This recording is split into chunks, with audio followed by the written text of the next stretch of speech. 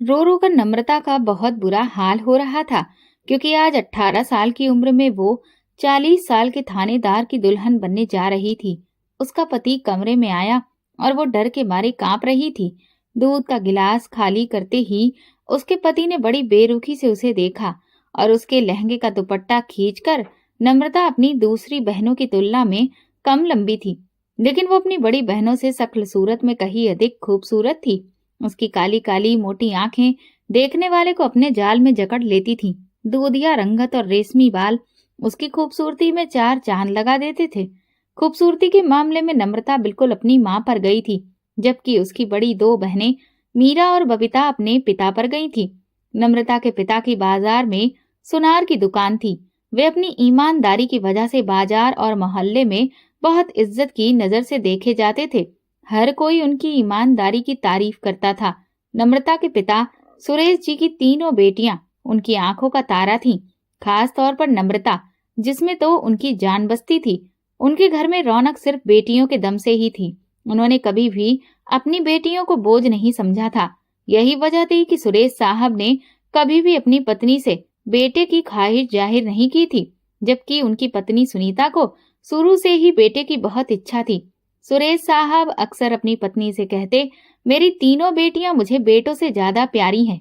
मेरे घर की रौनक यही है, यही मेरे वंश को आगे बढ़ाएंगी।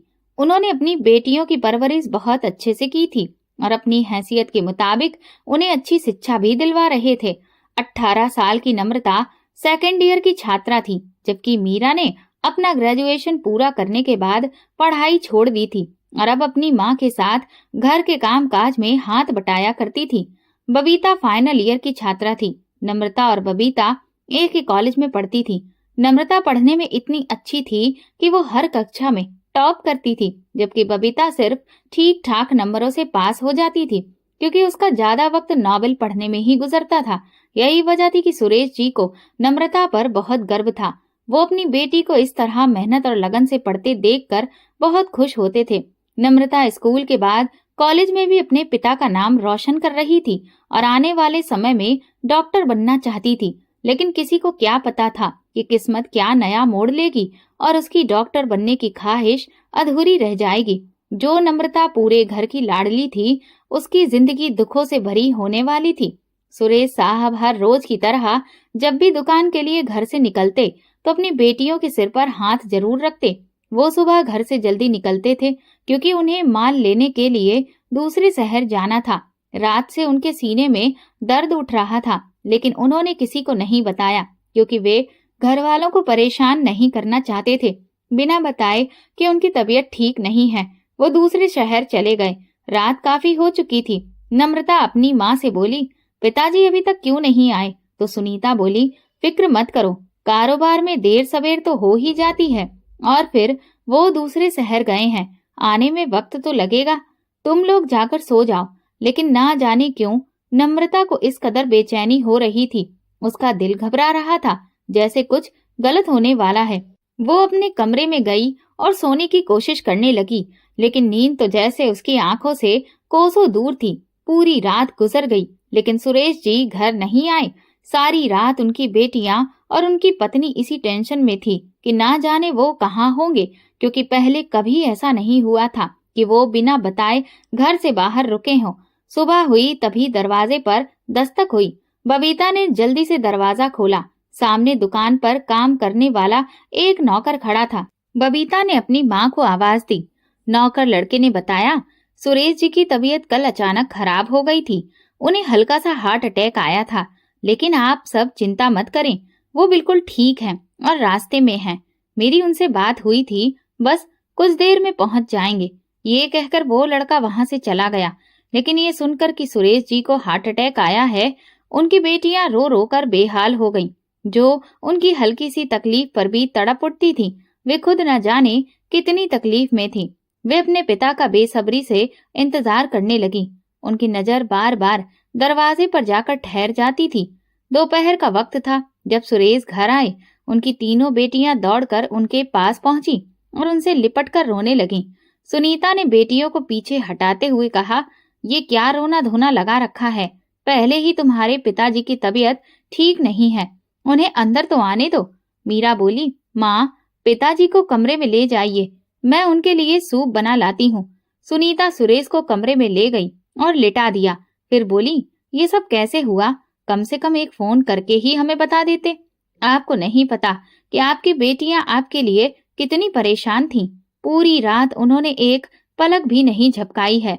कुछ देर बाद नम्रता और बबीता भी कमरे में आ गईं और अपने पिता के पास बैठ गईं। नम्रता ने उनका हाथ थामकर कहा, पापा, अगर आपको कुछ हो जाता तो हमारा क्या होता? नम्रता की आंखों से आंसू मोतियों की तरह गिरने लगे। सुरेश जी अपनी बेटियों की चिंता और रोते हुए देखकर व्याकुल हो उठे। वे बोले, तुम लोग इतनी टेंशन क्यों ले रही हो? मैं बिल्कुल ठीक हूँ, बस मामूली सा अटैक था। अब मैं बेहतर महसूस कर रहा हूँ, चिंता की कोई बात नहीं है। नम्रता के आंसू देखकर सुरेश जी का दिल भर आया। उन्हें ऐसा लग रहा था जैसे अभी उनका दिल फट जाएगा। नम्रता के आंसू अपने पिता की कमीज को भिगो गए। बेटी के आंसू देखकर सुरेश जी अपने दर्द को दबाते हुए बोले, पहली बात तो मुझे कुछ होगा नहीं, और अगर ऐसा हो भी जाए तो तुम तीनों हो ना, एक दूसरे का सहारा बनने के लिए, एक दूसरे की ढाल बनने के लिए। सुरेश साहब नम्रता के आंसू पोंछते हुए बोले, दोबारा से मेरे सामने ऐसे मत रोना, तुम्हारे ये आंसू मुझे बहुत कमजोर कर देते हैं बेटी। मैं नहीं चाहता कि मेरी बच्चियों के आंखों में आंसू आएं, बल्कि मैं उन्हें हमेशा हंसता हुआ देखना चाहता हूँ, क्योंकि मेरी बेटियां इतनी कमजोर नहीं हैं। तुम तीनों तो मेरी ताकत हो, मेरी हिम्मत हो, और बुरे वक्त का मुकाबला रोकर नहीं बल्कि डटकर करना चाहिए। यही मेरी तुम्हें नसीहत है। नम्रता ने जल्दी से अपने आंसू साफ किए और बोली, पापा, आज के बाद मैं नहीं रोऊंगी। बबीता बोली, अच्छा, सारे नंबर खुद ही समेट रही हो, पीछे हटो, मुझे भी तो अपने पापा की सेवा करने दो। नम्रता बोली, बिल्कुल नहीं, मैं पापा के पास से नहीं हटूंगी, मैं उनकी लाडली बेटी हूँ। सुरेश साहब बोले, तीनों ही मेरी लाडली हैं। इतने में मीरा सूप का बाउल हाथ में लिए कमरे में दाखिल हुई और उसे साइड पर रखते हुए बोली, तुम दोनों जाकर पढ़ाई करो और पापा को आराम करने दो। नम्रता और बबीता उठी और अपने कमरे में चली गईं। मीरा ने अपनी माँ से कहा, माँ, ये सूप पापा को पिला दो, मैं किचन में जाकर बर्तन समेट लेती हूँ। अगले दिन सुरेश जी की तबीयत काफी संभल चुकी थी। वो दुकान पर जाने के लिए तैयार खड़े थे, लेकिन सुनीता उन्हें दुकान पर जाने से रोक रही थी। सुरेश बोले, तुम तो जानती हो, दुकान नौकरों के भरोसे नहीं छोड़ी जा सकती, और फिर मुझे वहां जाकर कौन सा भारी काम करना है, सिर्फ बैठना ही तो है। दोपहर तक मैं वापस आ जाऊंगा। इतने में नम्रता कॉलेज के लिए तैयार होकर अपने कमरे से बाहर आई। वो खुशी खुशी बोली, पापा, आप जानते हैं, मेरे कॉलेज में कल एनुअल डे है। आपके पास सिर्फ आज का दिन है पूरी तरह से ठीक होने के लिए, क्योंकि कल आपको मेरे साथ कॉलेज भी जाना है और एनुअल डे में मुझे प्राइज भी मिलेगा। तो फिर कल आप मेरे साथ चल रहे हैं ना? पीछे से आई हुई बबीता बोली, नम्रता, पापा की तबीयत ठीक नहीं है तो वो कैसे जाएंगे? नम्रता बोली, हाँ हाँ, तुम तो यही चाहती हो कि पिताजी ना जाएं, क्योंकि अगर वो वहां गए तो तुम्हारे कारनामों के बारे में भी पता चल जाएगा कि तुम कॉलेज में पढ़ाई के बजाय सारा दिन नॉवेल्स पढ़ने में गुजार देती हो। तुम यही चाहोगी कि पिताजी वहां ना जाएं। सुनीता बोली, तुम दोनों सुबह सुबह ही शुरू हो गई। चलो जल्दी से नाश्ता करो, वैन आने वाली है, कल का कल देखा जाएगा। सुरेश जी अपनी पत्नी और बेटियों को बाय कहते हुए दुकान पर चले गए। घर के कामों से फ्री होकर मीरा टीवी देखने में व्यस्त हो गई। बैल की आवाज सुनकर वो दरवाजा खोलने के लिए उठी तो उसके सामने अधेड़ उम्र की एक औरत खड़ी थी। मीरा ने उन्हें नमस्ते किया और पूछा, आंटी, आपको किसी से मिलना है? वो औरत बोली, मुझे सुनीता से मिलना है, क्या वो घर पर है? मीरा ने कहा, माँ तो बाजार गई है घर के लिए कुछ सामान लेने, आप अंदर आ जाइए, कुछ ही देर में वो आ जाएंगी।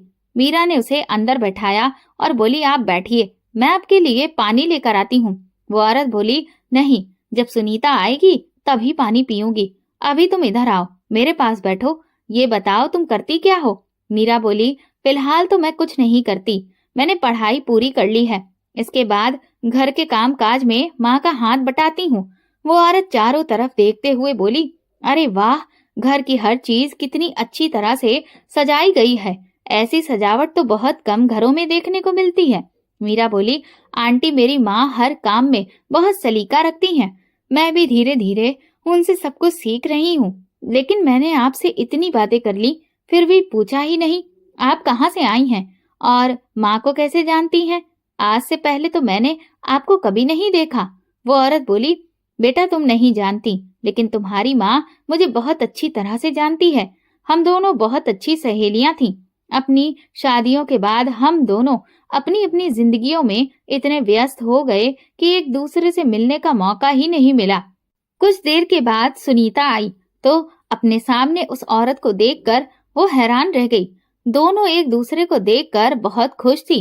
सुनीता बोली, ममता तुम आज यहाँ कैसे? इतने सालों बाद तुम्हें याद आया कि मेरी एक सहेली भी है? ममता बोली, हाँ, और जैसे तुम तो मेरे यहाँ पर रोज ही चक्कर लगा लगा कर थक चुकी हो, है ना? फिर हंसते हुए बोली, आज दिल कर रहा था कि तुमसे मिल लूं। एक ही शहर में होने के बावजूद भी हम एक दूसरे से अनजान थे। सुनीता ने कहा, अच्छा तो तुम्हें मेरे घर का पता कैसे चला? ममता बोली, जब किसी चीज को ढूंढने के लिए निकला जाए तो चीज क्या, भगवान भी मिल जाता है। सुनीता और ममता आपस में बातें करने में व्यस्त हो गईं। कुछ ही देर में मीरा चाय और नाश्ता लेकर ड्राइंग रूम में आई। बातों बातों में ममता बोली, सुनीता तुमने मीरा का रिश्ता किया तो नहीं है ना कहीं? सुनीता बोली, नहीं, अभी तक तो नहीं। मैं और सुरेश जी सोच रहे हैं कि कोई अच्छा सा लड़का देखकर मीरा की शादी पक्की कर दें। फिर सुनीता ने पूछा, अच्छा तुम ये बताओ तुम्हारे कितने बच्चे हैं? ममता बोली, मेरे 2 बेटे हैं। बड़ा बेटा कनाडा में है और वहीं पर जॉब करता है। छोटा बेटा अभी कॉलेज में पढ़ रहा है। मैं अपने बड़े बेटे अरमान के लिए लड़की ढूंढ रही हूँ। ममता बोली, मुझे तुम्हारी बेटी मीरा बहुत पसंद आई है।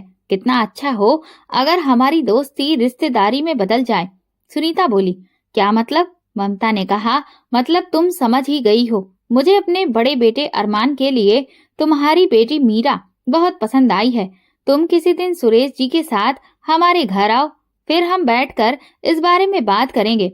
देखो सुनीता, मुझे तो तुम्हारी बेटी बहुत पसंद आई है। अगर तुम लोगों को भी मेरा बेटा पसंद आ गया तो मैं मीरा को ही अपने घर की बहू बनाऊंगी। मीरा जो ड्राइंग रूम के बाहर खड़ी सब बातें सुन रही थी, अपनी शादी की बात सुनकर शर्मा गई। उसके चेहरे पर हल्की सुर्खी फैल गई और उसका दिल जोर जोर से धड़कने लगा। सुनीता ने ममता से कहा, मैं सुरेश से बात करके बताऊंगी। दोपहर से शाम होने वाली थी मगर सुरेश अभी तक दुकान से नहीं आए थे। सुनीता गुस्से से टहलते हुए बोली, देखा, तुम्हारे पापा कहकर गए थे कि दोपहर में आ जाएंगे, लेकिन अभी तक घर नहीं लौटे। पता भी है कि तबीयत ठीक नहीं है, फिर भी। मीरा बोली, माँ आप क्यों फिक्र कर रही हैं? बस वो आने ही वाले होंगे। वो भी क्या करें? कोई ऐसा है भी तो नहीं जिसके सहारे पर वो दुकान को छोड़ दें। अगर वो सिर्फ नौकरों के भरोसे पर दुकान छोड़ देंगे तो फिर नुकसान उठाना पड़ेगा। जब सुरेश जी दुकान से आए तो खाना खाने के बाद वो आराम करने के लिए अपने कमरे में चले गए। सुनीता मीरा से बोली, तुम ये बर्तन समेट लो, मैं कमरे में जा रही हूँ। मुझे तुम्हारे पापा से कुछ जरूरी बात करनी है। मीरा को पता था कि माँ पापा से क्या बात करने वाली है। सुनीता कमरे में गई और सुरेश से कहा, मुझे आपसे जरूरी बात करनी है। सुरेश बोले, क्या हुआ? सुनीता बोली, मेरी एक सहेली थी जिसका जिक्र मैं पहले भी कर चुकी हूँ। वो आज हमारे घर आई थी और मीरा से मिली। उसे मीरा बहुत पसंद आई है। उसका बेटा अरमान जो कनाडा में जॉब करता है, उसके लिए ममता ने हमारी मीरा को पसंद किया है। उसने हमें अपने घर भी बुलाया है। उसने कहा है कि अगर हमें भी उसका बेटा पसंद आ गया तो वो मीरा को अपने घर की बहू बनाएगी। ममता को मीरा बहुत पसंद आई है। सुरेश जी ये सुनकर बहुत खुश हुए और बोले, ये तो बहुत अच्छी बात है, और इससे भी अच्छी बात यह है कि तुम अपनी सहेली को अच्छे से जानती हो, तो हमें उन लोगों को परखने की जरूरत नहीं पड़ेगी। सुनीता बोली, तो फिर किसी दिन समय निकालकर हम उनके यहाँ चलें। अभी सुनीता और सुरेश ये बातें कर ही रहे थे कि उनके कमरे में नम्रता आ गई। वो भी उनकी बातें सुन चुकी थी। सुनीता नम्रता से बोली, तुम अभी तक सोई नहीं? सुबह कॉलेज नहीं जाना क्या? नम्रता अपनी गोल गोल आंखें घुमाते हुए बोली, माँ सुबह कॉलेज में एनुअल फंक्शन है। मैंने आपको बताया तो था, आप लोगों को मेरे साथ चलना होगा। सुनीता बोली, मैं तो तुम्हारे साथ बिल्कुल भी नहीं जाऊंगी। वहाँ इतनी भीड़ भाड़ होती है, मेरा तो दम घुटने लगता है। सुरेश जी बोले, मैं चलूंगा अपनी बेटी के साथ। ये सुनकर नम्रता खुश हो गई। अगले दिन नम्रता कॉलेज जाने के लिए जल्दी उठ गई थी, क्योंकि उसने एनुअल डे के फंक्शन में होने वाले कार्यक्रम में हिस्सा लिया था। नहाने के बाद वो अपने बालों को ड्राई मशीन से सुखा रही थी। साथ ही वो बबीता को आवाजें भी दे रही थी। अभी तक सो रही हो, कॉलेज नहीं जाना है क्या? लेकिन बबीता हिली तक नहीं। इसके बाद नम्रता ने आंखों में काजल लगाया, जिससे वो बहुत खूबसूरत लग रही थी। उसे नहीं पता था कि उसकी यही खूबसूरती आज उसके लिए बहुत बड़ा इम्तिहान बन जाएगी। अभी वो पूरी तरह से तैयार भी नहीं हुई थी कि उसने माँ से कहा, माँ, बबीता जाग ही नहीं रही, इसलिए मैं तो जा रही हूँ। आप उससे कहना कि वो पापा के साथ आ जाए, मुझे देर हो रही है। मैम ने मुझे पहले आने के लिए कहा है। सुनीता ने कहा, ठीक है, तुम जाओ, मैं उसे भेज दूंगी, कोई दिक्कत नहीं है। जब नम्रता कॉलेज पहुंची तो बाहर से ही उसे पता चल रहा था कि वहाँ बहुत कम स्टूडेंट्स थे, क्योंकि उस दिन बहुत बड़े बड़े लोग कॉलेज में चीफ गेस्ट के तौर पर बुलाए गए थे। इसलिए सिक्योरिटी का भी खास इंतजाम किया गया था। कई स्टूडेंट्स को उनके आईडी कार्ड चेक करने के बाद ही कॉलेज में एंट्री दी जा रही थी। जब नम्रता ने अपना आईडी कार्ड चेक किया तो उसे पता चला कि वो तो कार्ड घर पर ही भूल आई है। एक पुलिस वाले ने नम्रता को कॉलेज के गेट पर रोक लिया। वो सहम गई और बोली, सर, मैं इसी कॉलेज की स्टूडेंट हूँ। आज गलती से अपना आईडी कार्ड घर पर भूल गई हूँ। प्लीज मुझे अंदर जाने दे। पुलिस वाला बोला, मैडम, हमें इसकी इजाजत नहीं है। आप बिना कार्ड के अंदर नहीं जा सकती। इतनी ही देर में वहाँ थानेदार आ गया और बोला, क्या प्रॉब्लम है? नम्रता बोली, सर, ये मुझे अंदर नहीं जाने दे रहे हैं। मैंने कहा भी है कि मैं इसी कॉलेज की स्टूडेंट हूँ, लेकिन ये मेरी बात का यकीन नहीं कर रहे। थानेदार ने उसे ऊपर से नीचे तक अजीब नजरों से देखा और दूसरे पुलिस वाले से बोला, तेरा दिमाग तो ठीक है? इतनी खूबसूरत लड़की को दरवाजे पर खड़ा कर रखा है, ऐसे अंदर जाने दो। फिर उसने कहा, अच्छा मैडम, अपना नाम तो बताइए। आईडी कार्ड नहीं है तो ना सही, हमें आपका नाम तो पता होना चाहिए। नम्रता को थानेदार की नजरें बहुत गंदी लग रही थी। उसकी लाल आंखों में दहशत साफ दिख रही थी। वो तेज कदमों से अंदर जाती हुई बोली, नाम नम्रता है। थानेदार बोला, बहुत खूबसूरत नाम है, बिल्कुल तुम्हारी तरह। नम्रता तेजी से कॉलेज के अंदर चली गई। डर के मारे उसके पसीने छूट गए थे। उसने लंबी सांस ली और खुद को संभालते हुए बोली, मुझे उससे क्या लेना देना। उसने जल्दी से अपने बैग से स्क्रिप्ट निकाली और उसे दोहराने लगी। एनुअल फंक्शन शुरू हुआ और फिर नम्रता को भी स्टेज पर बुलाया गया। उसने अपनी परफॉर्मेंस बहुत अच्छे से दी। हमेशा की तरह इस बार भी नम्रता ने प्रतियोगिता में फर्स्ट पोजीशन हासिल की। जब उसका नाम अनाउंस हुआ तो उसकी नजरें अपने पिता और बबीता को ढूंढने लगीं, लेकिन वो लोग उसे कहीं भी नजर नहीं आ रहे थे। जब नम्रता का नाम दोबारा लिया गया तो वो स्टेज पर गई। उस वक्त उसकी आंखों में आंसू भरे हुए थे। उसकी कामयाबी पर कोई भी उसका अपना उसके साथ नहीं खड़ा था। पापा क्यों नहीं आए? आखिर क्या वजह हो सकती है? वो दिल ही दिल में सोच रही थी। फंक्शन खत्म होने के बाद जब वो कॉलेज के गेट से बाहर निकली तो वही पुलिस वाला उसके सामने खड़ा था। उसकी गंदी नजरों से देखकर नम्रता को डर लगने लगा। वो बोली, मेरा रास्ता छोड़ो। पुलिस वाला कहने लगा, अगर तुम्हारी गाड़ी नहीं आई है तो मैं तुम्हें घर छोड़ सकता हूँ। वैसे भी इतनी खूबसूरत लड़की इस तरह रोड पर खड़ी हुई अच्छी नहीं लगती। नम्रता ने तुरंत उसके पास से हटकर दूर जाकर खड़े होना सही समझा, लेकिन तब तक उसने उसका हाथ पकड़ लिया। नम्रता को एकदम से जैसे झटका लगा। उसने पूरी ताकत से एक जोरदार तमाचा पुलिस वाले के मुंह पर जड़ दिया। सब लोग तमाशा देखने लगे। नम्रता जल्दी से अपनी वैन की गाड़ी में जाकर बैठ गई, क्योंकि उसकी वैन आ चुकी थी। थानेदार नम्रता की वैन के पास गया और बोला, इस थप्पड़ का बदला तुमसे जरूर लूंगा, याद रखना। सारे रास्ते नम्रता के पसीने छूट रहे थे। वो जानती थी कि कॉलेज से घर तक का सफर उसने कैसे तय किया था। वो बहुत डरी हुई थी। उसे समझ में नहीं आ रहा था कि अब वो दरिंदा क्या करेगा। घर में दाखिल होते ही नम्रता ने जल्दी से दरवाजा बंद कर लिया। सुनीता उसकी हालत देखकर बोली, तुम इतनी घबराई हुई क्यों हो? वो अपनी माँ को कोई टेंशन नहीं देना चाहती थी, इसलिए बोली, माँ कुछ नहीं। फिर उसने बात को टालते हुए कहा, मैं फ्रेश होने के लिए कमरे में जा रही हूँ। लेकिन उसके दिल में ये बात खटक रही थी कि पापा और बबीता ने उसके साथ बिल्कुल भी ठीक नहीं किया। मैं उनका इंतजार करती रही, लेकिन वो लोग आए ही नहीं। पापा को बता देना कि मैं उनसे नाराज हूँ और उनसे बिल्कुल भी बात नहीं करूंगी। अगर नहीं आना था तो सुबह ही बता सकते थे ना। सुनीता बोली, तुम्हारे पापा और बबीता तो बिल्कुल तैयार थे, लेकिन ऐन वक्त पर गाड़ी खराब हो गई। अभी भी तुम्हारे पापा गाड़ी गैराज में लेकर गए हैं। नम्रता बोली, आने दो पापा को, आज तो मैं उनकी क्लास लूंगी। उनकी बेटी का इतना खास दिन था और वे पहुंचे ही नहीं। बेटा, अगर गाड़ी की दिक्कत नहीं होती तो तुम्हारे पापा जरूर एनुअल डे में शामिल होते। अच्छा, तुम जल्दी से चेंज करके आओ, मैं तुम्हारे लिए खाना तैयार करती हूँ। कमरे में आकर नम्रता ने गहरी सांस ली। वो अपने डर को अपनी माँ के सामने बिल्कुल जाहिर नहीं करना चाहती थी। अगले दिन डरते डरते नम्रता कॉलेज गई। उसने खुद से कहा, हे भगवान, शुक्र है कि आज वो दरिंदा मेरे सामने नहीं आया। इसके बाद वो कॉलेज के अंदर चली गई। ऐसे ही दिन गुजरते रहे। मीरा की शादी तय हो गई थी। लड़का कनाडा में रहता था, इसलिए शादी उसके आने के बाद रखी गई। नम्रता और बबीता अक्सर मीरा को छेड़ती, अब तो तुम कनाडा वाली हो जाओगी, फिर हमें कौन पूछेगा। मीरा बस मुस्कुरा देती।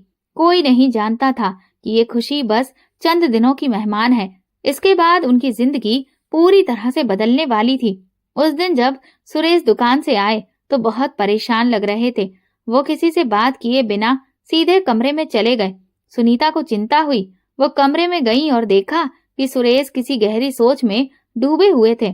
सुनीता ने पूछा, क्या हुआ आपको? आप इस कदर परेशान क्यों हैं? बच्चों से भी कोई बात नहीं की और सीधे कमरे में आ गए। सब कुछ ठीक है ना? सुरेश बोले, आज मेरी दुकान पर एक थानेदार आया था और नम्रता के रिश्ते की बात कर रहा था। पता नहीं लोग क्या सोचकर मुंह उठाकर आ जाते हैं। सुनीता चौंक गई। क्या? कौन था वो? सुरेश बोले, तुम्हें पता है, वो 40 साल का आदमी है। मैंने इस रिश्ते से साफ इनकार कर दिया।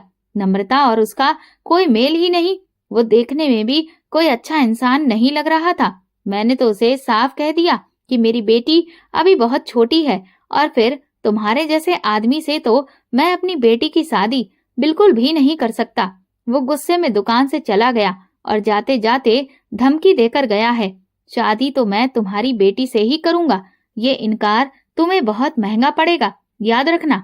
अभी तो मैं जा रहा हूँ, दोबारा मुलाकात थाने में होगी। सुनीता टेंशन में बोली, अब क्या होगा? पुलिस वालों को तो वैसे भी काली कमाई खाने की आदत होती है, ना जाने वो क्या करेगा। सुरेश बोले, कुछ नहीं होगा और तुम ये बात बच्चों से मत करना, मैं खुद ही सारा मामला देख लूंगा। अगली सुबह बबीता और नम्रता कॉलेज चली गईं और सुरेश दुकान पर चले गए, बिना ये जाने कि आज उन पर कौन सी कयामत टूटने वाली है। रात के वक्त जब सुरेश दुकान से वापस नहीं आए तो सुनीता और उनकी बेटियों को चिंता होने लगी। नम्रता बोली, पता नहीं पापा कहाँ होंगे, मोबाइल भी लगातार बंद जा रहा है। तभी सुनीता के नंबर पर एक कॉल आई। जैसे ही उन्होंने हेलो कहा, एक भारी मर्दाना आवाज उभरी, आप सुरेश के घर से बोल रही हैं? सुनीता ने घबराकर हाँ कहा। इसके बाद जो शब्द उसने सुने उन पर यकीन करना नामुमकिन था। वो आदमी बोला, सुरेश की दुकान से गैर कानूनी सामान बरामद हुआ है। इस सिलसिले में वो पुलिस की गिरफ्त में है। ये सुनकर सुनीता जैसे पत्थर की मूर्ति बन गई। उन्हें अपने कानों पर यकीन नहीं हो रहा था। नहीं, सुरेश ऐसा नहीं कर सकते। जरूर ये थानेदार की चाल है, ये सब उसी का किया धरा है। वो पागलों की तरह चिल्लाने लगी। उसने अपना कहा सच करके दिखा दिया। अपनी माँ के ये शब्द सुनने के बाद नम्रता सारा मामला समझ चुकी थी। उसने पूरी बात माँ को बताई। रात गुजर गई। सुबह सुनीता खाना लेकर गई। जब सुरेश से मुलाकात हुई तो वो बोले, मैंने कुछ भी नहीं किया, मुझे नहीं पता कि दुकान में वो सामान कहाँ से आया था। सुनीता ने कहा, मैं जानती हूँ कि आप कुछ भी गलत नहीं कर सकते, आप भरोसा रखिए, सब ठीक हो जाएगा। इतनी देर में दुकान पर काम करने वाले सुरेश के नौकर भी आ गए। उन्हें देखकर सुरेश को थोड़ी तसल्ली हुई, मगर अगले ही पल उन्हें जोरदार झटका लगा जब एक नौकर आगे बढ़ा और चाबियां सुरेश को देते हुए बोला, हमें आपकी दुकान पर काम नहीं करना, हम कोई भी खतरा मोल नहीं ले सकते। आज आप हवालात में हैं, कहीं ऐसा न हो कि कल हम आपकी जगह खड़े हों। ये कहकर वे वहां से चले गए। उसी वक्त सुरेश पूरी तरह से टूट चुके थे। कुछ देर में थानेदार आया। वो तंज भरी मुस्कान के साथ बोला, आपके पति थोड़े कम अकल के हैं, आप ही समझदारी दिखाइए और नम्रता की शादी मुझसे करवा दीजिए। आपके पास इसके अलावा और कोई चारा नहीं है। अगर तुम लोगों ने ऐसा नहीं किया तो मैं इसे और भी बड़े केस में फंसा दूंगा। तुम्हारे पति को हमेशा के लिए जेल में डाल दूंगा। फिर मैं देखता हूँ कि तुम लोग कैसे नहीं मानते। फिर एक बेटी तो क्या, बाकी दोनों के लिए भी तुम लोग कुछ नहीं कर सकोगे। तुम्हें इस बात की फिक्र करने की कोई जरूरत नहीं कि मैं तुम्हारी बेटी को खुश रखूंगा या नहीं। वो मक्कारी से अपनी गर्दन पर हाथ फेरते हुए बोला। मैंने उसे कॉलेज में देखा था, तभी वो मुझे बहुत पसंद आ गई थी और जो चीज मुझे पसंद आ जाए वो मैं हासिल करके ही रहता हूँ, चाहे उसके लिए कुछ भी क्यों ना करना पड़े। सुनीता रोते हुए बोली, वो कोई चीज नहीं, मेरी बेटी है। तुम जैसे लोग कानून के नाम पर एक धब्बा हो। वो उंगली उठाते हुए बोली, मैं बड़े अफसर से तुम्हारी शिकायत करूंगी। थानेदार विनोद ठहाका लगाकर हंसते हुए बोला, तुम जहां मर्जी चाहो जा सकती हो, लेकिन जो सामान तुम्हारे पति की दुकान से बरामद हुआ है उसके बाद कोई भी तुम्हारी बात पर यकीन नहीं करेगा। और फिर मेरी पहुंच बहुत ऊपर तक है, कोई मेरा कुछ नहीं बिगाड़ सकता। घर जाते हुए सुनीता के मन में हजारों सवाल गूंज रहे थे। वो अपनी बेटियों के भविष्य के बारे में सोच सोच कर पागल हो रही थी। सुरेश ही उनके घर का इकलौता सहारा थे। इस मुश्किल घड़ी में सारे रिश्तेदार और मोहल्ले वाले भी उनका साथ छोड़ चुके थे। कोई भी सुनीता के साथ पुलिस स्टेशन चलने के लिए तैयार नहीं था। नम्रता रो रो कर बेहाल हो रही थी। उसे लग रहा था कि उसकी ही वजह से उसके पिता को इतनी तकलीफ उठानी पड़ रही थी। सुनीता ने सुरेश का केस लड़ने के लिए एक वकील हायर किया। उसी दिन सुरेश की पेशी थी। सुनीता और उसकी तीनों बेटियां अदालत पहुंची। जब पैरवी शुरू हुई तो थानेदार ने बड़ी सफाई से झूठ बोलकर सुरेश को ही गुनहगार साबित कर दिया। सुरेश सफाई देते रहे, लेकिन किसी ने उनकी एक नहीं सुनी। नम्रता ने अपने पिता की तरफ देखा। वो पहले से बहुत कमजोर लग रहे थे।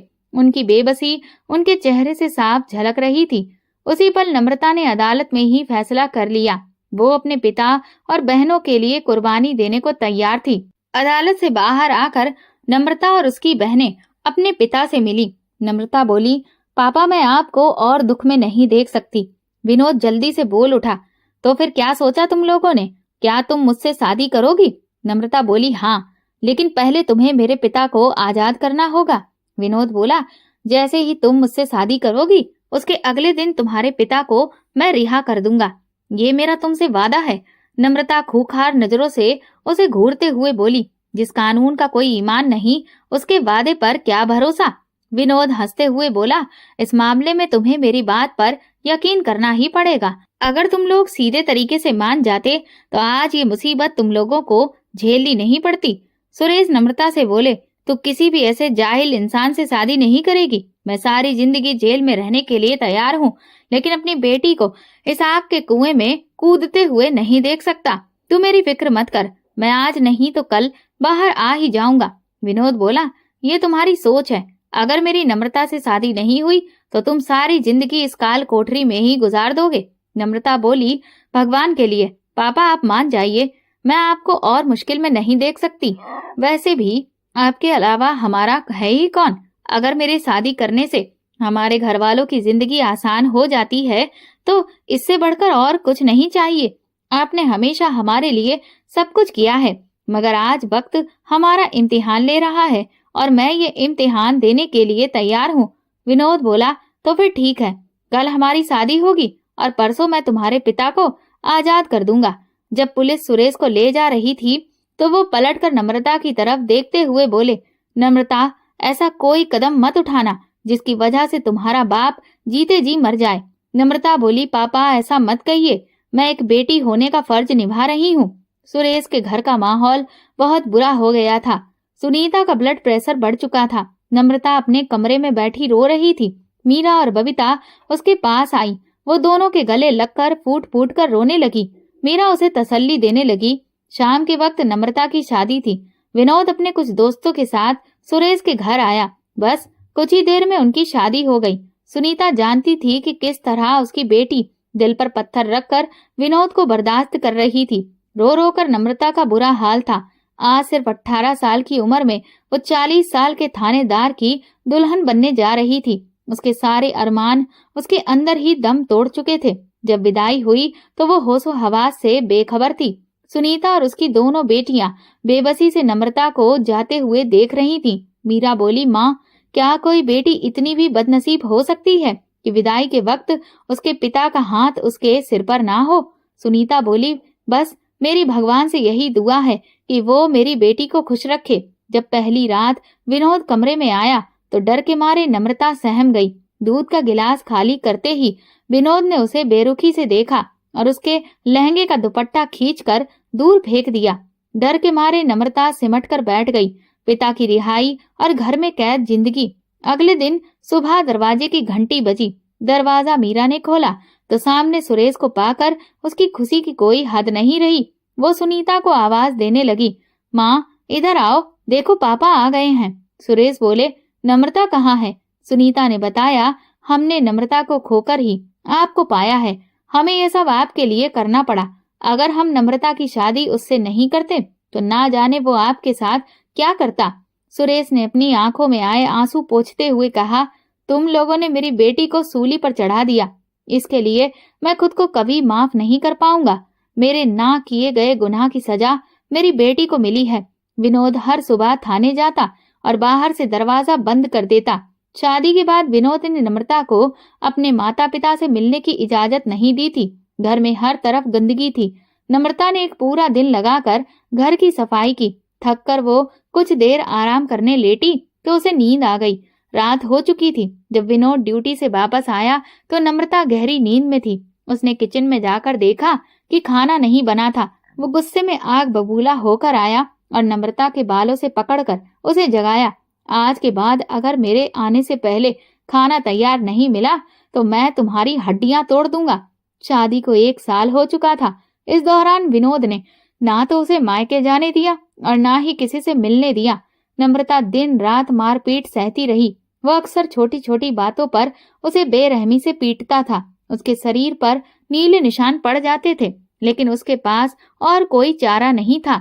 हर वक्त वो भगवान से प्रार्थना करती रहती, हे भगवान, मुझे इस जालिम से छुटकारा दिला दो। एक दिन विनोद ड्यूटी पर गया, लेकिन रात भर घर नहीं लौटा। नम्रता को उसकी कोई फिक्र नहीं थी, मगर अकेले रात के अंधेरे से उसे डर लगता था। 2 दिन तक विनोद घर नहीं आया। फिर कुछ लोग उसे बेहोशी की हालत में घर लेकर आए। उन्होंने बताया कि ड्यूटी पर जाते हुए उसका भयानक एक्सीडेंट हुआ, जिससे उसकी दोनों टांगें टूट गईं। अब वो चलने फिरने के काबिल नहीं रहा। ये सुनकर नम्रता को दुख हुआ। आखिर वो उसका पति था और उसके गर्भ में उसका बच्चा पल रहा था। कुछ दिन तक विनोद चुप रहा। नम्रता ने उसकी बहुत सेवा की। उसकी वफादारी देखकर विनोद खुद ही शर्मिंदा होता रहा। हर रोज वो नम्रता से माफी मांगता, मैंने तुम्हारे साथ बहुत बुरा किया और शायद इसी की सजा मिली है मुझे। हो सके तो मुझे माफ कर दो। नम्रता खामोश रहती। वो अपने माँ बाप और अपने साथ हुई जाति को एक पल के लिए भी नहीं भूल पाती थी। इसके बावजूद वो विनोद का पूरा ध्यान रखती, उसे समय पर दवाइयाँ देती। एक दिन विनोद बोला, नम्रता, तुम कहती थी ना कि तुम्हें अपने माँ बाप से मिलना है। अगर तुम चाहो तो हमेशा के लिए उनके पास जा सकती हो। अब मैं तुम पर कोई पाबंदी नहीं लगाऊंगा। दरवाजा खुला है, तुम चाहो तो जा सकती हो। नम्रता बोली, मैं आप जैसी जालिम नहीं हूँ कि एक बच्चे से उसके बाप का साया छीन लूं। आप जैसे भी हैं मेरे बच्चे के पिता हैं, इसलिए मैं ये घर छोड़कर नहीं जाऊंगी। एक दिन नम्रता अपने पापा से मिलने के लिए उनके घर गई, लेकिन कुछ ही देर में वो वहां ठहरी, क्योंकि वापस जाकर उसे विनोद को दवाइयां भी देनी थी। जब वो घर पहुंची तो उसने विनोद को मृत अवस्था में पड़ा देखा। ये देखते ही नम्रता के मुंह से एकदम चीख निकल गई। वो घुटनों के बल बैठकर रोने लगी। कुछ ही देर में उसके घरवाले भी वहां आ गए। विनोद का अंतिम संस्कार करने के बाद वे नम्रता को अपने साथ घर ले आए। कुछ समय बाद नम्रता ने एक फूल सी बच्ची को जन्म दिया, जिसका नाम उसने पंखुड़ी रखा। जब भी नम्रता पंखुड़ी को देखती तो अंदर ही अंदर खून के आंसू रोती कि उसकी बेटी अनाथ की जिंदगी गुजारेगी। समय बीतता गया और फिर मीरा की शादी की तारीख तय कर दी गई। शादी की तैयारियां जोरों पर चल रही थी। सुनीता जब भी नम्रता को देखती तो उसकी उदासी उसे घेर लेती। वो नम्रता से कहती, तुम भी मीरा और बबीता के साथ बाजार जाया करो। लेकिन नम्रता हमेशा इनकार कर देती। नहीं माँ, मेरी छोटी सी बच्ची है, मैं उसे छोड़कर नहीं जा सकती। मीरा की शादी सादगी से तय कर दी गई थी, जिसमें सिर्फ कुछ खास मेहमानों को बुलाया गया था। शादी के समय एक लड़का बार बार मीरा के कमरे में आ रहा था, क्योंकि उसकी नजरें नम्रता पर टिक जाती थीं। उसका नाम आलोक था। वो खुद भी समझ नहीं पा रहा था कि उसके साथ क्या हो रहा है। शादी के हर फंक्शन में उसका यही हाल रहता था। अगर कुछ पल के लिए भी नम्रता उसकी आंखों से ओझल हो जाती तो वो पागलों की तरह उसे ढूंढने लगता। लेकिन नम्रता जो इतने बड़े दुख से गुजरी थी, उसे किसी भी बात का होश ही नहीं था। मीरा का देवर आलोक नम्रता को देखकर अपनी भाभी से बोला, भाभी ये लड़की कौन है?